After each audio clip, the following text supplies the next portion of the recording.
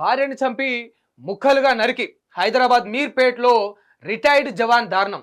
మాంసం ముద్దలను కుక్కర్లో ఉడికించి డ్రైనేజీలో పడేసిండు. బొక్కలను కాల్చి పొడి చేసి చెరువులో కలిపిండు. సాక్ష్యాధారాలు దొరకకుండా పక్కాగా మర్డర్.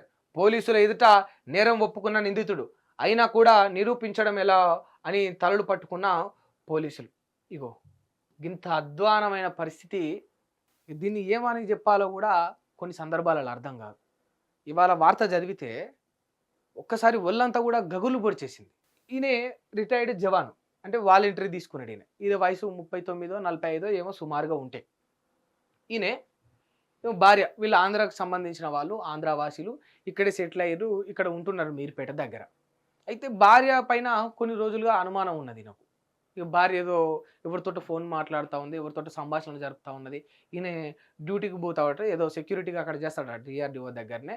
అక్కడ పోయినప్పుడు ఎవరినో కలుస్తూ ఉన్నది అని చెప్పేసి పలు రకాలుగా ఈయన భార్యను అనుమానించడం, రోజు కొట్టుకోవడం, గొడవలు ఇద్దరికి ఇరువురికి గొడవలు అవుతూ ఉండే.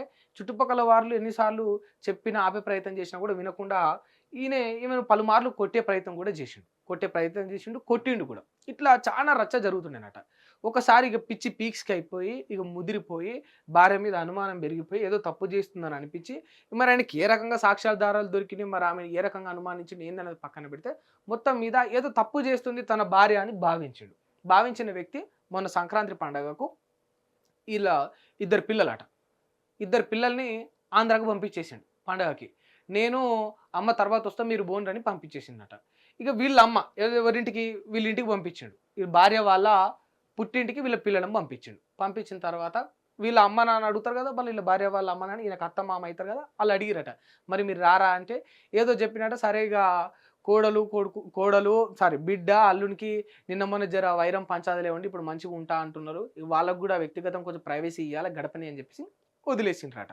వదిలేస్తే ఇక సరే ఈయనకు దొరికింది అదును, వాళ్ళు కూడా ఏం ప్రెజర్ పెట్టట్లేదు, ఈమెను ఇక్కడే ఉండమన్నాడు.